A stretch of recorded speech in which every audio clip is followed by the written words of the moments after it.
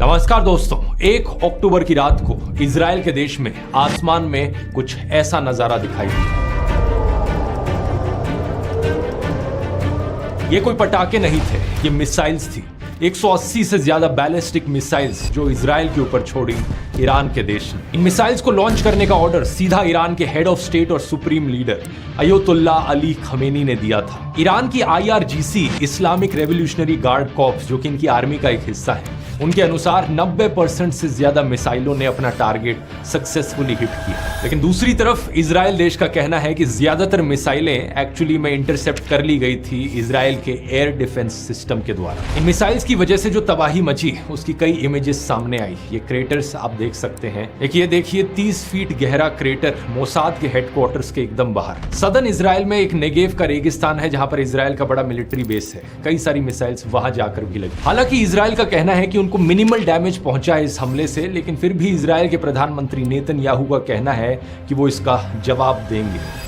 Iran made a big mistake tonight, and it will pay for it. The regime in Iran does not understand our determination to defend ourselves and our determination to retaliate against our enemies. सबसे बड़ा सवाल यहाँ पर ये कि आखिर Iran कैसे involve हो गया इस वॉर में। पिछले साल हमास के हमले से शुरू हुई ये वॉर अब कई देशों के बीच फैल चुकी है। इजराइल ना सिर्फ पैलेस्टाइन पर हमला कर रहा है बल्कि लेबनान पर भी अटैक हो रहा है। हमास, हिजबुल्लाह और हुतीज जैसे कई सारे पैरामिलिट्री ग्रुप्स और आतंकवादी संगठन भी इस युद्ध में हिस्सा ले रहे हैं और अब ईरान जैसा देश भी इसमें डायरेक्टली इन्वॉल्व हो गया। इसी के चलते गोदी मीडिया ने 26वीं बार वर्ल्ड वॉर 3 का ऐलान कर दिया है। World on the brink of World War III. World War III has already started. The World War is already upon us. आखिर ये सब कैसे हुआ और आगे क्या होगा इस युद्ध में, आइए समझते हैं ये सारी चीजें आज के इस वीडियो में।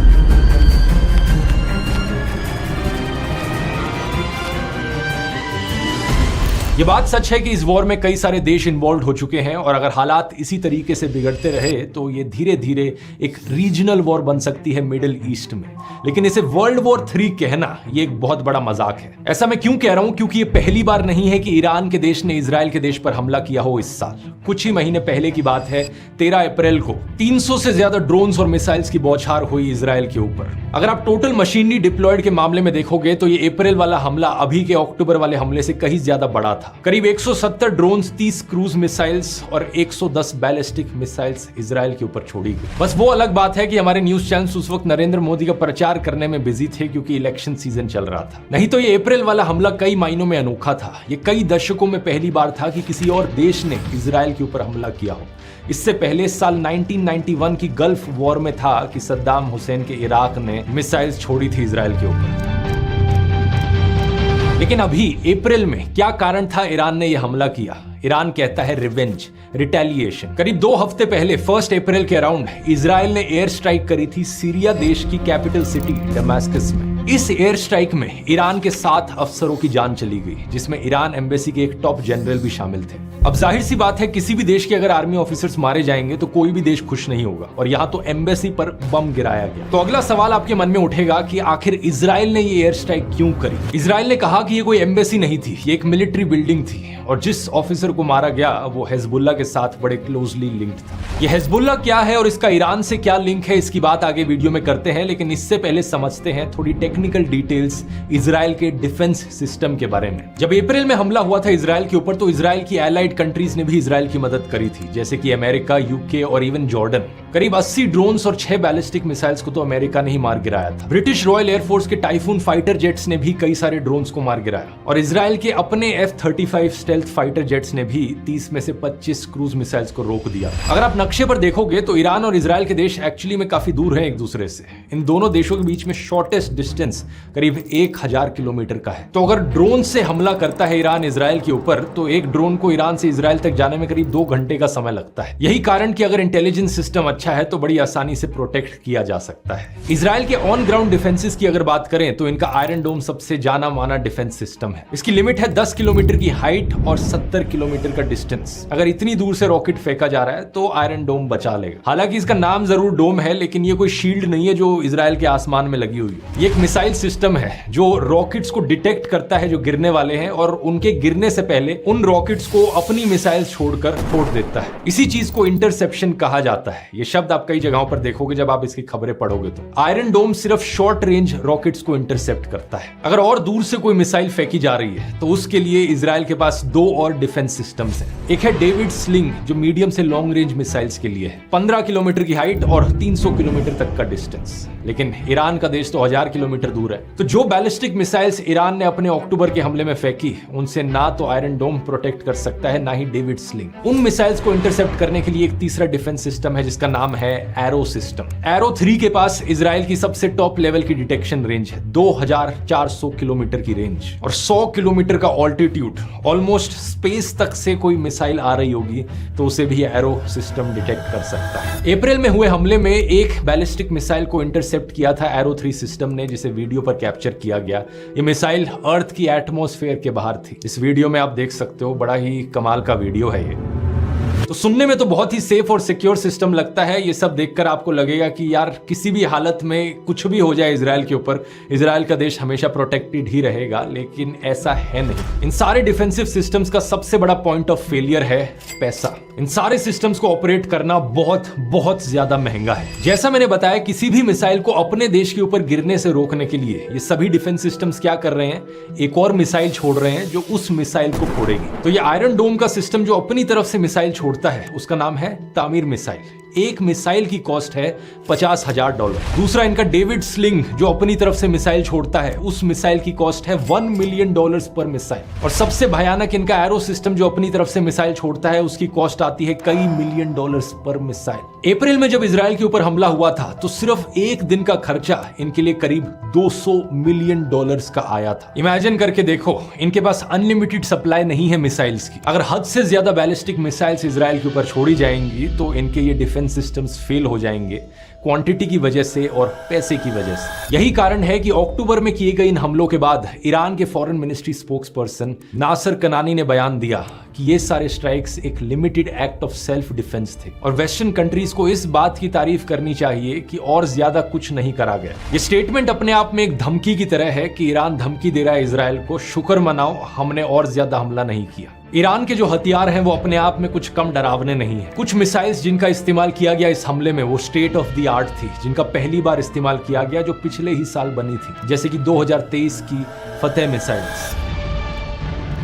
बीबीसी के द्वारा निकाली गई इस फोटो में आप देख सकते हैं इनकी सभी मिसाइल्स की कैपेबिलिटीज। लॉन्गेस्ट रेंज मिसाइल्स इनकी शहाब 3 है, 2000 किलोमीटर से ज्यादा की रेंज है। जो मिसिंग है इस नक्शे से वो है 2023 की फतेह मिसाइल्स। ये हाइपरसोनिक बैलिस्टिक मिसाइल्स की कैटेगरी में आती हैं। हाइपरसोनिक मतलब स्पीड ऑफ साउंड से भी ज्यादा तेज। ये 18,000 किलोमीटर प्रति घंटे की स्पीड से उड़ सकती हैं, जो कि 15 गुना ज्यादा होता है स्पीड ऑफ साउंड से। यानी कि कुछ मिनटों का ही समय लगेगा ईरान से इजराइल तक पहुंचने में। We are able to precisely hit any target within the range of 870 miles, and there exists no system that can rival or counter this missile. बहुत से लोग यहाँ पर रॉकेट्स और मिसाइल्स को एक दूसरे से कंफ्यूज कर देते हैं। ये दोनों शब्द सुनने में एक दूसरे से काफी सिमिलर हैं, लेकिन असलियत में बहुत अलग है एक दूसरे से। हमास के द्वारा जो रॉकेट्स फेंके जाते हैं इजराइल की तरफ, उनका साइज काफी छोटा होता है। वो जमीन से फेंके जाते हैं एक प्रोजेक्टाइल में, यानी अंदाजा लगाया जाता है कि वो कहां पर गिरेंगे।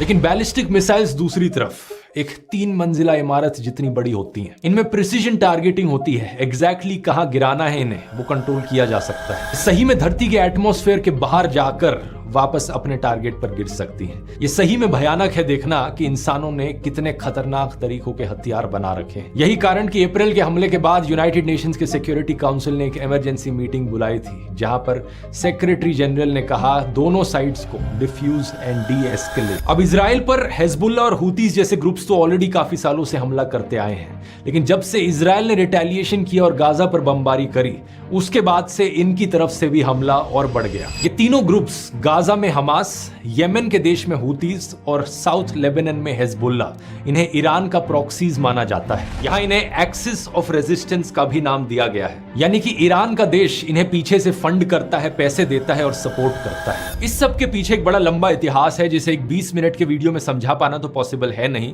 लेकिन अगर आपको किसी स्पेसिफिक चीज को लेकर डाउट है या फिर आपको कोई कॉन्सेप्ट ढंग से समझ में नहीं आता तो मैं सजेस्ट करूंगा यहाँ पर चैट जीपीटी का इस्तेमाल करके देखो। ये सबसे फास्टेस्ट तरीका है आपके मन में जो भी सवाल हो, जो भी डाउट हो, उसे आंसर करने का। लेकिन सिर्फ यही नहीं, चैट जीपीटी आज के दिन एक बहुत ही पावरफुल टूल बन गया है जिसका आप इस्तेमाल कर सकते हो अपनी डेली लाइफ में, घर के कामों में, स्कूल के कामों में या अपनी जॉब में अपनी प्रोडक्टिविटी और एफिशिएंसी को कई गुना बढ़ाने के लिए। यही चीज आपको सिखाने के लिए मैंने एक बहुत ही डिटेल्ड कॉम्प्रिहेंसिव कोर्स बनाया है चैट जीपीटी को मास्टर करने के ऊपर। 8.5 घंटे से ज्यादा का ये कोर्स है जिसमें आप अपने आप को अपस्किल कर सकते हैं आर्टिफिशियल इंटेलिजेंस की इस फील्ड में। इस स्क्रीन पर आप कुछ लेटेस्ट रिव्यूज देख सकते हैं लोगों के जिन्होंने इस कोर्स को लिया और उनका क्या फीडबैक रहा। इस कोर्स में मैं टाइम टू टाइम नए लेसन्स भी ऐड करते रहता हूं जब भी इस टेक्नोलॉजी में कोई नई इंप्रूवमेंट आती है, और ये सारे अपडेट्स कंप्लीटली फ्री होते हैं, आपको बस वन टाइम परचेस करना है। अगर आपने अभी तक ज्वाइन नहीं किया है तो कूपन कोड इस्तेमाल कीजिए yes43 ऑफ पाने के लिए।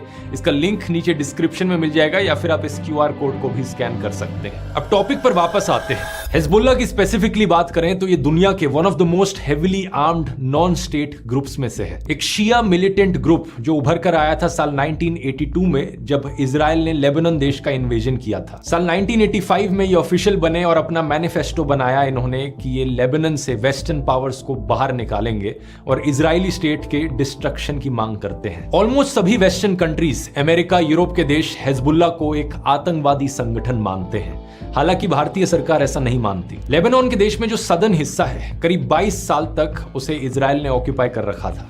हिजबुल्ला ने ही एक्चुअली में साल 2000 में इजराइल को वहां से धकेल कर निकाला था। साल 2006 में हिजबुल्ला और इजराइल के बीच में एक और जंग हुई थी जो करीब 34 दिन तक चली, लेकिन इस जंग को दोनों में से कोई भी नहीं जीता था। अगर आप लेबनान के देश में नक्शे पर देखोगे तो एक्चुअली में काफी बड़ा एरिया हिजबुल्ला के कंट्रोल में है। ये पैरामिलिट्री ग्रुप एक्चुअली में कई मायनों में लेबनान की खुद की आर्मी से ज्यादा पावरफुल है। Some countries classify Hezbollah as a terror group. More powerful than the state and more armed than the Lebanese army itself. आज के दिन हिजबुल्ला और इजराइल के बीच जो वॉर है ये काफी ओपनली चल रही है पिछले कई महीनों से। 7 अक्टूबर 2023 को हमास ने इजराइल पर हमला किया था जिसकी वजह से ये सारी वॉर शुरू हुई, और उसके अगले ही दिन 8 अक्टूबर 2023 से हिजबुल्ला ने ऑफिशियली एक स्टेट ऑफ वॉर डिक्लेयर कर दी थी इजराइल के खिलाफ। दूसरी तरफ अगर हूतीज की बात करी जाए, इनकी शुरुआत 1990s में हुई थी। इसके पीछे कारण था शिया मार्जिनलाइजेशन और बढ़ता हुआ फॉरेन इन्फ्लुएंस येमेन के देश में। हूतीज को भी कई सारे देशों के द्वारा एक आतंकवादी संगठन माना जाता है और ये येमेन की सरकार के ऑपोजिशन में रहे हैं। इंटरेस्टिंगली हूतीज को भी इंडियन सरकार एक आतंकवादी संगठन नहीं मानती। ईरान के अलावा कहा जाता है कि रशिया भी हूतीज की फंडिंग करता है, और सऊदी की जो गवर्नमेंट है, सऊदी अरेबिया येमेन के बॉर्डर पर है। सऊदी अरेबिया येमेन सरकार के सपोर्ट में है वेस्टर्न कंट्रीज के साथ। इस नक्शे में आप देख सकते हो कि सऊदी अरेबिया और ईरान दो बड़ी रीजनल पावर्स हैं मिडिल ईस्ट की, और अपने आसपास के देशों में दोनों ही देश या तो किसी दूसरी सरकार को सपोर्ट करते हैं या उस सरकार के खिलाफ रेबल्स को सपोर्ट करते हैं। येमेन में सऊदी की सरकार येमेन सरकार के फेवर में और वहां के रेबल्स के फेवर में है ईरान। इराक में सऊदी इराक सरकार के फेवर में, ईरान रेबल शिया ग्रुप्स के फेवर में। सीरिया में भी यही हाल, लेबनान में भी यही हाल। और इंटरनेशनली अगर देखा जाए तो western countries, USA, European union, ये सारे सऊदी के फेवर में ज्यादा आते हैं, और रशिया और चाइना जैसे देश ईरान के फेवर में ज्यादा आते हैं। तो आप मोटे मोटे तौर पर देख सकते हो कि किस देश का अलायंस किस तरफ है, और यही कारण है कि सऊदी अरेबिया का देश ईरान के देश के भी काफी खिलाफ रहता है। इवन दो दोनों मुस्लिम कंट्रीज हैं, लेकिन सऊदी अरेबिया सुन्नी डोमिनेटेड है और ईरान शिया डोमिनेटेड है। इस चीज की बात मैंने इस वाले वीडियो में करी थी। इजराइल पैलेस्टीन के अभी के युद्ध की शुरुआत हुई थी पिछले साल अक्टूबर में जब हमास ने हमला किया था इजराइल के ऊपर। उसकी बात मैंने इस वाले वीडियो में करी थी। उसके बाद इजराइल ने रिटेलिएशन किया, गाजा में इन्वेड कर दिया। गाजा में इतनी भयानक बमबारी करी इजराइल ने कि आज वो जगह रहने लायक बची नहीं है। दुनिया में ज्यादातर देशों ने जेनोसाइड करके पुकारा है उसे। 7 अक्टूबर 2023 और 22 सितंबर 2024 के बीच में 41,431 पैलेस्टीनियन लोग मारे जा चुके हैं ऑन रिकॉर्ड। इनमें से आधे से ज्यादा बच्चे और औरतें हैं। 2 मिलियन से ज्यादा लोग डिस्प्लेस हो चुके हैं। जोनाथन ग्लेजर, एक ज्यूइश फिल्म डायरेक्टर जिन्होंने पिछले साल ऑस्कर जीता अपनी होलोकॉस्ट के ऊपर एक फिल्म के लिए, उन्होंने एक स्टेटमेंट दी। अवार्ड एक्सेप्ट करते हुए उन्होंने कहा कि होलोकॉस्ट के जख्मों के नाम पर जिस तरह एक दूसरे समूह को टॉर्चर किया जा रहा है, इस किस्म की ज्यूइशनेस को मैं नकारता हूं। Our film shows where dehumanization leads at its worst. Right now, we stand here as men who refute their Jewishness and the Holocaust being hijacked by an occupation which has led to conflict for so many innocent people. इनकी film the zone of interest fascism के horrors को बहुत बढ़िया तरीके से capture करती है। अगर कभी मौका मिले तो जरूर देखना। अब ये जो करंट वॉर चल रही है, इसमें हिजबुल्लाह एक्चुअली में काफी पावरफुल निकला। इजराइल और लेबनान के बॉर्डर पर करीब 80,000 से ज्यादा इजरायलियों को अपने शहर और नगर छोड़ने पड़े, क्योंकि डेली वहां से रॉकेट फायर आता था। दूसरा, हुतीज ने रेड सी को डिसरप्ट किया है, वहां आने जाने वाले जहाजों पर मिसाइल से हमला करके करीब $1 ट्रिलियन के लॉसेस हुए हैं ट्रेड में इसकी वजह से। अप्रैल के हमले से पहले ईरान डायरेक्टली इन्वॉल्व नहीं था इस वॉर में, हालांकि अपने प्रॉक्सीज के थ्रू हमला कराया जा रहा था, लेकिन 14 अप्रैल को ऑफिशियल स्टेटमेंट उनकी तरफ से दी जाती है। अब से ज़ायनिस्ट रेजिम अगर हमारे इंटरेस्ट, एसेट्स और लोगों या सिटीजन्स पर हमला करेगी तो हम काउंटर अटैक करेंगे, ये कहा जाता है IRGC के हेड हुसैन सलामी के द्वारा। फिर 31 जुलाई को एक बड़ा हाई प्रोफाइल असैसिनेशन होता है ईरान की राजधानी तेहरान में। इस्माइल हनैया, हमास के पॉलिटिकल लीडर को मार दिया जाता है। Palestinian militant group Hamas has said its political leader Ismail Haniyeh has been killed in Iran. किसने मारा ऑफिशियली कुछ नहीं बताया गया, लेकिन ये बात ऑब्वियस है कि इजराइल को यहाँ सस्पेक्ट किया जा रहा है। इसके बाद जुलाई में ही ईरान के मिनिस्ट्री ऑफ फॉरेन अफेयर्स के स्पोक्सपर्सन ने कह दिया था कि blood will never be wasted. Retaliation की वार्निंग्स तभी से आनी शुरू हो गई। फिर 2 महीने बाद 17 सितंबर को इनफेमस पेजर हमला होता है हिजबुल्लाह पर। ढेर सारे हिजबुल्लाह ऑपरेटिव्स के पास जो पेजर डिवाइसेस थे वो फट जाते हैं, कई सारे लोग इनके मारे जाते हैं इसमें। और 20 सितंबर को एक और हाई प्रोफाइल असैसिनेशन होता है। इब्राहिम अकील, हिजबुल्लाह के स्पेशल ऑपरेशन फोर्सेस यूनिट का कमांडर, ये सब ईरान के प्रॉक्सीज थे, तो जाहिर सी बात है ईरानियन सरकार इससे बिल्कुल खुश नहीं थी।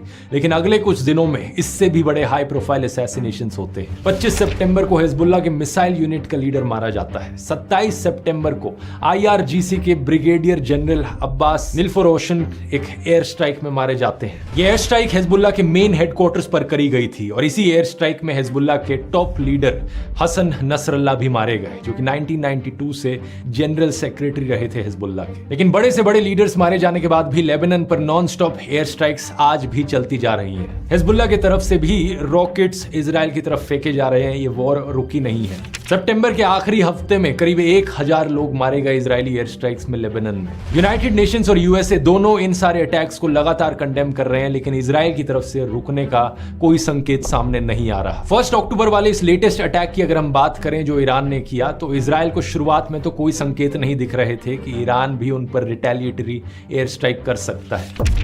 लेकिन अमेरिका वो देश था जिसने सबसे पहले इस अटैक को एंटिसिपेट किया और इजराइल को इन्फॉर्म किया। 1 अक्टूबर को करीब शाम के 7:30 बजे IDF ने कंफर्म कर दिया था कि मिसाइल्स ईरान से इजराइल की तरफ लॉन्च हो चुकी हैं, और पूरे देश भर में सायरन्स बजने शुरू हो गए थे।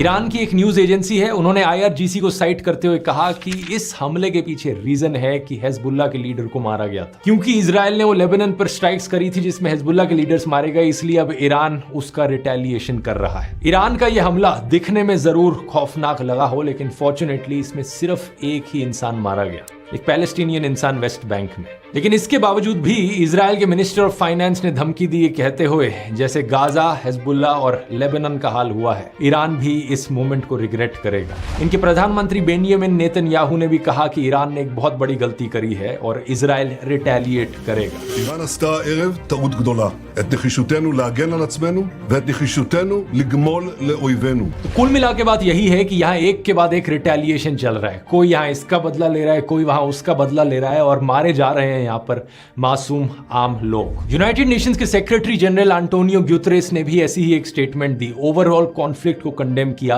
किसी एक पर्टिकुलर देश को ब्लेम करने की जगह। इंडियन सरकार की तरफ से रिएक्शन भी सिमिलर ही रहा है। इंडियन गवर्नमेंट ने ईरान के इस हमले का कोई डायरेक्ट अनइक्विवोकल कंडेमनेशन नहीं किया है। इंडिया की तरफ से बस स्टेटमेंट आई है, we are deeply concerned at the escalation of the security situation in West Asia. We urge that all issues be addressed through dialogue and diplomacy. सभी इंडियन सिटीजंस को कहा गया है कि ईरान में सारा नॉन एसेंशियल ट्रैवल अवॉइड किया जाए। जो लोग ऑलरेडी ईरान में रह रहे हैं वो विजिलेंट रहें और इंडियन एम्बेसी के साथ कांटेक्ट में रहें। फॉरेन मिनिस्टर जयशंकर ने भी सिमिलर लाइंस पे अपनी स्टेटमेंट दी। हम समझते हैं कि इजराइल को जरूरत थी रिस्पॉन्ड करने की, लेकिन हम ये भी मानते हैं कि अगर कोई भी देश रिस्पॉन्ड करता है तो इंटरनेशनल ह्यूमैनिटेरियन लॉ को अकाउंट में लिया जाना चाहिए। ये केयरफुली देखा जाना चाहिए कि सिविलियन पॉपुलेशन को कोई भी डैमेज ना पहुंचे। आप लोगों को यह समझना चाहिए दोस्तों कि जब भी ऐसी सिचुएशन कहीं होती है तो सबसे ज्यादा नुकसान आम लोगों को ही होता है। ये पॉलिटिशियंस जो एक के बाद एक रिटेलिएशन करते रहते हैं, बदले के बाद बदले लेते रहते हैं, अक्सर खुद की जनता भी इन्हें सपोर्ट नहीं करती। इन सरकारों के टिट फॉर टैट अप्रोच को देखकर महात्मा गांधी जी की एक लाइन बड़ी अच्छी फिट बैठती है यहाँ पर, An eye for an eye only ends up making the whole world blind। अगर इस वॉर को और फैलने से रोकना है तो महात्मा गांधी जी की दिखाई गई राह पर ही हमें आगे बढ़ना होगा। कई लोग इन सारी वॉर्स के पीछे वेपन्स माफिया को भी जिम्मेदार ठहराते हैं, वो हथियार बनाने वाली कंपनीज जो इंटरनेशनली अपने हथियार बेचती है, और अगर दुनिया में कोई वॉर नहीं होगी तो उनके हथियार कोई खरीदने वाला भी नहीं रहेगा। इसी वेपन्स माफिया को मैंने इस वाली वीडियो में एक्सपोज किया है, यहाँ क्लिक करके देख सकते हो। बहुत बहुत धन्यवाद।